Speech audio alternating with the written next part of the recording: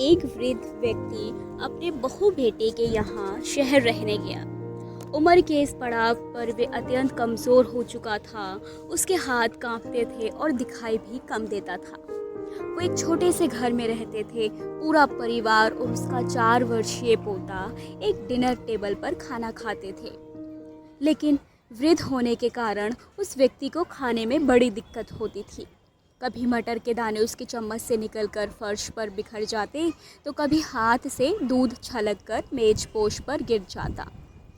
बहू बेटे 1-2 दिन ये सब सहन करते रहे, पर अब उन्हें अपने पिता की इस काम से चिढ़ होने लगी। हमें इनका कुछ करना पड़ेगा, लड़के ने कहा। बहू ने भी हाँ में हाँ मिलाई और बोली, आखिर कब तक हम इनकी वजह से अपने खाने का मज़ा किरकिरा करते रहेंगे।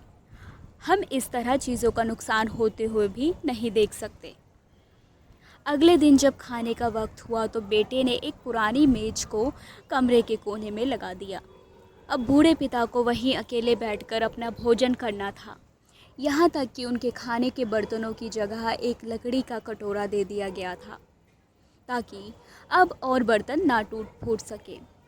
बाकी लोग पहले की तरह ही आराम से बैठकर खाना खाते, और जब कभी कभार उस बुज़ुर्ग की तरफ देखते तो उनकी आंखों में आंसू दिखाई देते। ये देखकर भी बहू बेटे का मन नहीं पिघलता। वो उनकी छोटी से छोटी गलती पर ढेरों बातें सुना देते। वहाँ बैठे बालक भी ये सब बड़े ध्यान से देखता रहता और अपने में मस्त रहता।